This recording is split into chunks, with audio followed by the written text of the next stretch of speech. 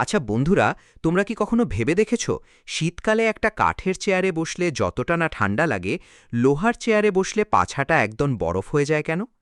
দুইটাই তো একই রুমে আছে, একই তাপমাত্রায় আছে। তাহলে এমনটা হয় কেন? নাকি আমাদের চোখ বা আমাদের ত্বক আমাদের ধোঁকা দিচ্ছে? হ্যালো বন্ধুরা, তোমাদের সবাইকে স্বাগত আমাদের চ্যানেল সাইমন্স টিউটোরিয়ালে। আজ আমরা সপ্তম শ্রেণীর বিজ্ঞান বইয়ের তাপ ও তাপমাত্রা অধ্যায়ের প্রথম ৯টি প্রশ্নের এমন ব্যবচ্ছেদ করব যা দেখার পর তোমাদের মনে আর কোনো কেন, কিভাবে বা কিসের জন্য প্রশ্ন উকি দেবে না। আজ আমরা মুখস্থ বিদ্যাকে বিদায় জানিয়ে বিজ্ঞানের আসল ম্যাজিকটা ফিল করব। তাহলে চলো খাতা কলম নিয়ে বসে পড়ো। প্রথম প্রশ্ন, তাপ বলতে কি বোঝায়? আমরা তো সবাই জানি গরম লাগলে সেটা তাপ, কিন্তু বিজ্ঞান বলে না, তাপ কোনো অনুভব করার সস্তা জিনিস নয়, তাপ হলো আসলে এক প্রকার শক্তি। এখন তোমাদের মনে প্রশ্ন আসতে পারে, শক্তি কিভাবে হলো? এটা কি আমাদের কোনো কাজ করতে সাহায্য করে? হ্যাঁ, অবশ্যই করে। তোমরা কি বাষ্পীয় ইঞ্জিনের নাম শুনেছ? এক সময় কয়লা পুড়িয়ে তাপ তৈরি করে আস্ত রেলগাড়ি চালানো হতো। তার মানে এই তাপের মধ্যে লুকিয়ে আছে কাজ করার ক্ষমতা। আচ্ছা, কিসের জন্য এই তাপ তৈরি হয় জানো? যখন কোনো বস্তুকে আমরা গরম করি, তখন তার ভেতরের ছোট ছোট অণুগুলো পাগলের মতো কাঁপতে শুরু করে। এই কাঁপাকাঁপি বা গতিশক্তি থেকেই তাপের জন্ম। আর গরম বস্তু থেকে এই শক্তিটা সবসময় ঠান্ডা বস্তুর দিকে ছুটে যায়। এর আন্তর্জাতিক একক হল জুল। তাহলে কখনো যদি কেউ বলে তাপ কি, বলবে অণুগুলোর ভেতরের এক অদৃশ্য শক্তির নাচানাচি, যা গরমের অনুভূতি জাগায়। এবার প্রশ্ন ২, বরফকে স্পর্শ করলে আমাদের হাত ঠান্ডা লাগে কেন? তোমরা হয়তো ভাবছ, ধুর, এ তো খুব সহজ প্রশ্ন, বরফ নিজে ঠান্ডা, তাই হাত দিলেই ঠান্ডা লাগে। কিন্তু বিজ্ঞান এখানে একটা বিশাল টুইস্ট দেয়। বরফ আসলে আমাদের শরীরে কোনো ঠান্ডা প্রবেশ করায় না। অবাক লাগছে? পৃথিবীতে ঠান্ডা বলে বৈজ্ঞানিক কোনো জিনিসই নেই। যা আছে তা হলো তাপের অভাব। কিভাবে? শোনো, তাপের স্বভাব আছে, সে সব সময় বেশি গরম জায়গা থেকে কম গরম বা ঠান্ডা জায়গার দিকে লাফ দেয়। এখন বরফের তাপমাত্রা তোমার হাতের চেয়ে অনেক কম, তাই যেই তুমি বরফটা ধরলে, তোমার হাত থেকে তাপ তীব্র গতিতে বরফের দিকে চলে যেতে শুরু করল। অর্থাৎ বরফ তোমাকে ঠান্ডা দিচ্ছে না, বরং তোমার হাত থেকে তাপ চুরি করে নিচ্ছে। আর তোমার হাত যেহেতু নিজের তাপ হারিয়ে ফেলছে, ঠিক তখনই তোমার মস্তিষ্ক তোমাকে সিগন্যাল দিচ্ছে, উফ, হাতটা জমে গেল। তার মানে হাত তাপ হারাচ্ছে বলেই আমাদের ঠান্ডা লাগছে, বরফ ঠান্ডা ছড়াচ্ছে বলে নয়। এবার প্রশ্ন ৩, একটি গ্লাসে গরম পানি ঢাললে গ্লাসটি গরম হয় কেন? এবার একটু উল্টো করে ভাবো। পানি গরম, গ্লাসটা তুলনামূলক ঠান্ডা। পানি ঢালার সাথে সাথেই গ্লাসটা গরম হয়ে গেল। কিসের জন্য এমন হলো? কারণ গরম পানির অণুগুলো তখন প্রচণ্ড উত্তপ্ত অবস্থায় থাকে এবং দ্রুত কাঁপতে থাকে। তারা গ্লাসের গায়ে ধাক্কা মারতে শুরু করে। ফলে উচ্চ তাপমাত্রা থেকে তাপ শক্তি নিম্ন তাপমাত্রার গ্লাসের দিকে স্থানান্তরিত হয়। কিন্তু এখানে একটা মজার প্রশ্ন, সব গ্লাস কি সমান গরম হয়? তুমি একটা প্লাস্টিকের গ্লাসে গরম পানি রাখো, আর একটা স্টিলের গ্লাসে রাখো, দেখবে স্টিলের গ্লাসটা এত গরম হয়েছে যে হাতই দেওয়া যাচ্ছে না। কেন এমন হলো? কারণ স্টিলের অণুগুলো খুব দ্রুত তাপ পরিবহন করতে পারে, যা প্লাস্টিক পারে না। অর্থাৎ গরম পানির সংস্পর্শে এসে গ্লাসের ভেতরের কণাগুলোর কম্পন বেড়ে যায়, আর তাপের এই পরিবহনের কারণেই গ্লাসটি উত্তপ্ত হয়ে ওঠে। প্রশ্ন ৪, তাপমাত্রা বা উষ্ণতা বলতে কি বোঝায়? এই জায়গায় এসে ৯৯% শিক্ষার্থী একটা বড় ভুল করে। তারা মনে করে তাপ আর তাপমাত্রা একই জিনিস। আচ্ছা, চলো একটা কনফিউশন তৈরি করি। ১ কাপ ফুটন্ত পানি আর একটা পুরো সুইমিং পুলে কুসুম গরম পানি, কোনটাতে তাপ বেশি আছে? অনেকেই বলবে ১ কাপ ফুটন্ত পানিতে। কিন্তু উত্তর ভুল। সুইমিং পুলে পানির পরিমাণ কোটি কোটি গুণ বেশি, তাই সেখানে মোট তাপের পরিমাণ অনেক বেশি, কিন্তু ফুটন্ত পানির তাপমাত্রা বেশি। তার মানে বুঝলে, তাপমাত্রা হলো বস্তুর একটা তাপীয় অবস্থা। এটা পরিমাপ করে কোনো বস্তু কতটা গরম বা কতটা ঠান্ডা। তাপ যদি হয় একটা পাত্রের মোট পানির পরিমাণ, তবে তাপমাত্রা হলো সেই পানির উচ্চতা। এই তাপমাত্রাই ঠিক করে দেয় দুটো বস্তুকে একসাথে রাখলে তাপ কার থেকে কার দিকে যাবে। আর এটি নিখুঁতভাবে মাপার জন্য আমরা থার্মোমিটার ব্যবহার করি। এবার প্রশ্ন ৫, তাপ ও উষ্ণতার পার্থক্য কি? চলো পরীক্ষার খাতায় ফুল মার্কস পাওয়ার মতো করে বিষয়টা গুছিয়ে ফেলি। প্রথমত, তাপ হলো এক প্রকার শক্তি, কিন্তু তাপমাত্রা হলো সেই শক্তির তীব্রতা বা অবস্থা। দ্বিতীয়ত, তাপের পরিমাণ নির্ভর করে বস্তুর ভেতরের মোট অণুর সংখ্যার ওপর, কিন্তু তাপমাত্রা অণুর সংখ্যার ওপর নির্ভর করে না, এটা নির্ভর করে অণুগুলোর গতির ওপর।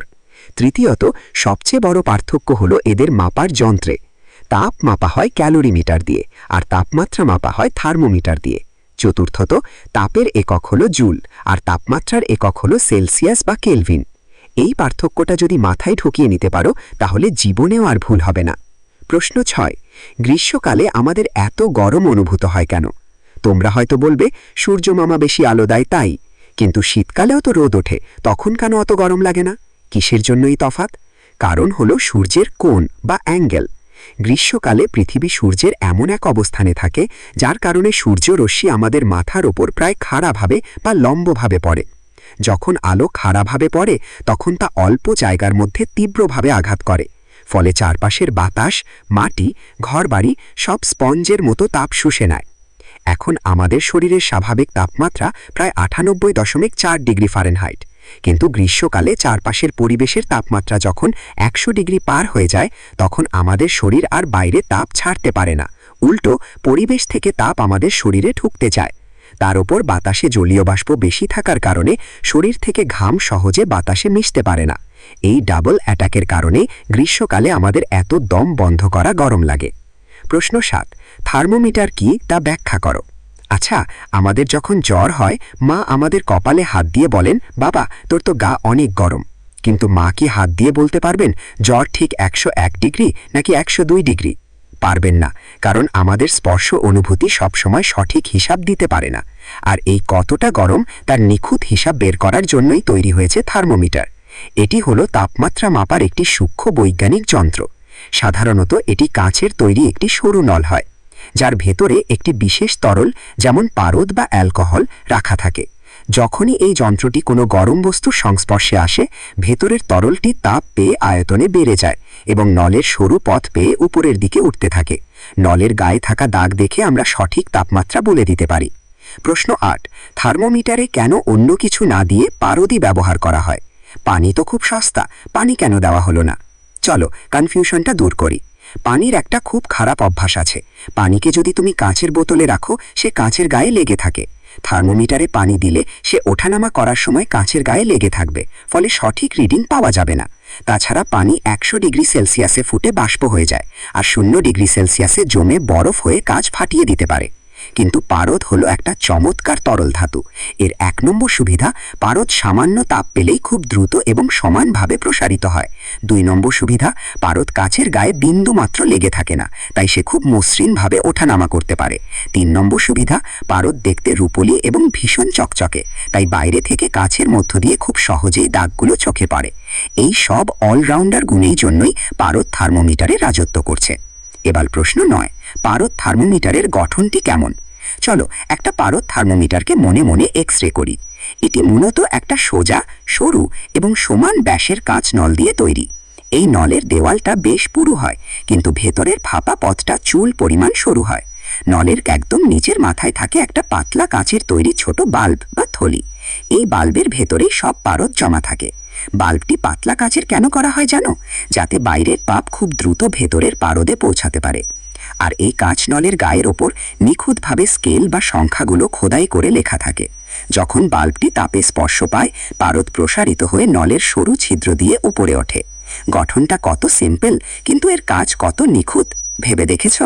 তো বন্ধুরা, আমাদের তাপ ও তাপমাত্রার প্রথম পর্ব বা পার্ট 1 এখানেই শেষ হলো। আশা করি থার্মোমিটারের গঠন ও পারদ ব্যবহারের পেছনের আসল বিজ্ঞান তোমরা খুব সুন্দরভাবে বুঝতে পেরেছ। তোমাদের মধ্যে কে কে আজ নতুন কিছু শিখলে কমেন্টে অবশ্যই জানিও। আর যদি ভিডিওটা ভালো লেগে থাকে, তাহলে লাইক দিতে ভুলবে না।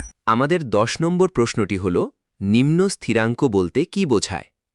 আচ্ছা বন্ধুরা, থার্মোমিটারে যে 0 বা 32 লেখা থাকে, এগুলো বিজ্ঞানীরা কিভাবে ঠিক করলেন? আন্দাজে? একদমই না।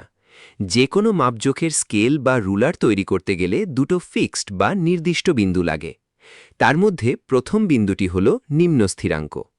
সহজ করে বললে, স্বাভাবিক বায়ুমণ্ডলীয় চাপে যে নির্দিষ্ট তাপমাত্রায় একদম খাঁটি ও পরিষ্কার বরফ গলতে শুরু করে এবং গলে পানি হয়ে যায়, সেই তাপমাত্রাকেই বলা হয় নিম্ন স্থিরাঙ্ক বা বরফবিন্দু। বিজ্ঞানীরা এটাকে একদম স্ট্যান্ডার্ড বা আদর্শ ধরে নিয়েছেন। আমরা যে সেলসিয়াস স্কেল ব্যবহার করি সেখানে এই বরফ গলার বিন্দুকে ধরা হয়েছে 0 ডিগ্রি সেলসিয়াস, আর ডাক্তাররা যে ফারেনহাইট স্কেল ব্যবহার করেন সেখানে এই একই বরফ গলার অবস্থাকে মার্ক করা হয়েছে 32 ডিগ্রি ফারেনহাইট হিসেবে। অর্থাৎ তাপমাত্রা কিন্তু একটাই, কিন্তু দুই স্কেলে এর নাম আর মান আলাদা। তাহলে এর পরের প্রশ্ন, অর্থাৎ প্রশ্ন 11, ঊর্ধ্ব স্থিরাঙ্ক বলতে কি বোঝায়? নিম্ন স্থিরাঙ্ক যদি হয় স্কেলের শুরুর সীমানা, তবে ঊর্ধ্ব স্থিরাঙ্ক হল এর শেষ সীমানা। স্বাভাবিক বায়ুমণ্ডলীয় চাপে যে নির্দিষ্ট তাপমাত্রায় খাঁটি পানি টকবক করে ফুটতে শুরু করে এবং বাষ্পে পরিণত হয়, সেই তাপমাত্রাকেই বলা হয় ঊর্ধ্ব স্থিরাঙ্ক বা বাষ্পবিন্দু। বিজ্ঞানীদের যখন নতুন স্কেল বানানোর দরকার হলো, তখন তারা দেখলেন যে পানি ফোটার এই তাপমাত্রা কি পৃথিবীর যে কোনো প্রান্তে সব সময় একই থাকে, তাই একেও অপরিবর্তনীয় একটি আদর্শ বিন্দু ধরা হয়েছে। সেলসিয়াস স্কেলে এই ফুটন্ত পানির বাষ্প হওয়ার তাপমাত্রাকে ধরা হয়েছে 100 ডিগ্রি সেলসিয়াস, আর ফারেনহাইট স্কেলে এই একই তাপমাত্রাকে দাগ দেওয়া হয়েছে 212 ডিগ্রি ফারেনহাইট হিসেবে। অর্থাৎ যে বিন্দুতে গিয়ে পানি আর তরল থাকতে পারে না, বাষ্প হওয়া শুরু করে, সেটাই হলো ঊর্ধ্ব স্থিরাঙ্ক। প্রশ্ন 12, স্ফুটনাঙ্ক ও স্ফুটন তাপমাত্রা বলতে কি বোঝায়? এখানে একটা বড় খটকা তৈরি হতে পারে। তাহলে ঊর্ধ্ব স্থিরাঙ্ক আর স্ফুটনাঙ্কের মধ্যে পার্থক্য কি? খুব মন দিয়ে বোঝো। ঊর্ধ্ব স্থিরাঙ্ক পরিমাপ করা হয় শুধুমাত্র বিশুদ্ধ পানির ক্ষেত্রে এবং নির্দিষ্ট প্রমাণ চাপে, কিন্তু স্ফুটনাঙ্ক হল একটি সাধারণ বৈজ্ঞানিক শব্দ। যে কোনো তরল পদার্থ, তা হতে পারে তেল, অ্যালকোহল বা পারদ, যে নির্দিষ্ট তাপমাত্রায় পৌঁছালে ফুটতে শুরু করে এবং গ্যাসে রূপান্তরিত হয়, সেই তাপমাত্রাকেই ওই তরলের স্ফুটনাঙ্ক বলে। যেমন পানির স্ফুটনাঙ্ক 100 ডিগ্রি সেলসিয়াস, কিন্তু তুমি যদি পানির মধ্যে 1 চামচ লবণ মিশিয়ে দাও, তবে কি তা 100 ডিগ্রিতে ফুটবে? একদমই না, তখন তার স্ফুটনাঙ্ক বেড়ে যাবে। আবার তুমি যদি পাহাড়ের চূড়ায় উঠে পানি ফোটাতে চাও, সেখানে বাতাসের চাপ কম থাকায় পানি 100 ডিগ্রির অনেক আগেই ফুটে যাবে। তার মানে চাপ কম বেশি হলে বা তরল বিশুদ্ধ না হলে স্ফুটনাঙ্ক বদলে যায়, কিন্তু প্রমাণ চাপে বিশুদ্ধ পানির ফুটন্ত অবস্থায় হল ঊর্ধ্ব স্থিরাঙ্ক। প্রশ্ন 13, নিম্ন স্থিরাঙ্ক ও ঊর্ধ্ব স্থিরাঙ্কের পার্থক্য লেখো। পরীক্ষায় এই দুটি বিন্দুর তুলনা প্রায়ই আসে। চলো এদের মধ্যেকার মূল পার্থক্যগুলো আমরা একদম মাথায় গেঁথে নেই। প্রথমত, নিম্ন স্থিরাঙ্ক হল বরফ গলে পানি হওয়ার তাপমাত্রা, আর ঊর্ধ্ব স্থিরাঙ্ক হল পানি ফুটে বাষ্প হওয়ার তাপমাত্রা। দ্বিতীয়ত, সেলসিয়াস স্কেলে নিম্ন স্থিরাঙ্কের মান ধরা হয়েছে 0 ডিগ্রি, কিন্তু ঊর্ধ্ব স্থিরাঙ্কের মান ধরা হয়েছে 100 ডিগ্রি। তৃতীয়ত, ফারেনহাইট স্কেলে নিম্ন স্থিরাঙ্ককে চিহ্নিত করা হয়েছে 32 ডিগ্রি দিয়ে, আর ঊর্ধ্ব স্থিরাঙ্ককে চিহ্নিত করা হয়েছে 212 ডিগ্রি দিয়ে। সহজ কথায়, একটি হলো তরল হবার শুরুর বিন্দু, অন্যটি হলো বাষ্প হয়ে উড়ে যাওয়ার বিন্দু। প্রশ্ন 14, সেলসিয়াস স্কেল বলতে কি বোঝায়? বিজ্ঞানী অ্যান্ডার্স সেলসিয়াস যখন তাপমাত্রা মাপার জন্য এই স্কেলটি তৈরি করেন, তখন তিনি খুব সহজ একটা হিসাব করেছিলেন। তিনি বরফ গলার তাপমাত্রাকে ধরলেন 0 আর পানি ফোটার তাপমাত্রাকে ধরলেন 100। এরপর তিনি এই 0 থেকে 100 পর্যন্ত মাঝখানের দূরত্বটুকু স্কেল দিয়ে মেপে সমান 100টি ভাগে ভাগ করে দিলেন। এই সমান 100টি ভাগের প্রতিটি ভাগকে বলা হয় 1 ডিগ্রি সেলসিয়াস। কিসের জন্য এই স্কেলটি এত জনপ্রিয়? কারণ এর হিসাব 10, 100 বা 1000-এর মতো শতক গুচ্ছের ওপর ভিত্তি করে তৈরি, যা গণনা করা অত্যন্ত সহজ। পৃথিবীর প্রায় সব দেশের বৈজ্ঞানিক গবেষণাগারে এবং দৈনন্দিন আবহাওয়ার খবর জানাতে এই সেলসিয়াস স্কেলটি ব্যবহার করা হয়। প্রশ্ন 15, ফারেনহাইট স্কেল বলতে কি বোঝায়? বিজ্ঞানী ড্যানিয়েল গ্যাব্রিয়েল ফারেনহাইট যখন স্কেল তৈরি করলেন, তিনি একটু ভিন্নভাবে চিন্তা করেছিলেন। তিনি নিম্ন স্থিরাঙ্ক বা বরফ বিন্দুকে 0 না ধরে ধরলেন 32 ডিগ্রি ফারেনহাইট, আর ঊর্ধ্ব স্থিরাঙ্ক বা বাষ্প বিন্দুকে 100 না ধরে ধরলেন 212 ডিগ্রি ফারেনহাইট। এখন একটা মজার প্রশ্ন, তিনি মাঝখানের জায়গাটুকুকে কত ভাগে ভাগ করলেন? 212 থেকে 32 বিয়োগ করলে হয় 180, অর্থাৎ তিনি মাঝখানের দূরত্বকে সমান 180টি ভাগে ভাগ করেছিলেন। এর প্রতিটি ভাগকে বলা হয় 1 ডিগ্রি ফারেনহাইট। তোমরা কি জানো, আমাদের যখন জ্বর হয় এবং আমরা বলি আমার 102 ডিগ্রি জ্বর, সেটা কিন্তু এই ফারেনহাইট স্কেলের হিসাব। মানব দেহের সামান্য তাপমাত্রার পরিবর্তনও এই স্কেলে খুব সূক্ষ্মভাবে ধরা পড়ে, তাই চিকিৎসা ক্ষেত্রে এর ব্যবহার অনেক বেশি। প্রশ্ন 16, স্কেল দুটির স্কেলিং বা স্কেল নির্ধারণের সম্পর্ক সংক্ষেপে লেখো। এখন তোমাদের মনে একটা মস্ত বড় প্রশ্ন আসতে পারে, একই তাপমাত্রা কিন্তু সেলসিয়াস স্কেলে তা মাত্র 100 ভাগে বিভক্ত আর ফারেনহাইট স্কেলে 180 ভাগে বিভক্ত। তাহলে এদের মধ্যে সম্পর্কটা কিভাবে তৈরি হলো? খুব সহজ গাণিতিক লজিক দেখো। সেলসিয়াসের মোট ঘর সংখ্যা হলো 100 আর ফারেনহাইটের মোট ঘর সংখ্যা হলো 180। আমরা যদি এই দুটির অনুপাত করি অর্থাৎ 100:180 লিখি এবং একে 20 দিয়ে কাটাকাটি করি, তবে অনুপাতটি দাঁড়ায় 5:9। এর মানে হলো সেলসিয়াস স্কেলের 5টি ঘর ফারেনহাইট স্কেলের 9টি ঘরের সমান জায়গা নেয়। এই 5 এবং 9-এর অনুপাতই হল 2 স্কেলের ঘর নির্ধারণের মূল চাবিকাঠি, যা আমাদের এক স্কেল থেকে অন্য স্কেলে রূপান্তর করতে সাহায্য করে। প্রশ্ন 17, সেলসিয়াস ও ফারেনহাইট স্কেলের সম্পর্ক সমীকরণটি লেখো। বন্ধুরা, এই অধ্যায়ের সবচেয়ে গুরুত্বপূর্ণ গাণিতিক অস্ত্র হল এই সমীকরণটি। যে কোনো অঙ্ক সমাধান করতে এটি লাগবেই। সমীকরণটি হল c/5 = f-32/9।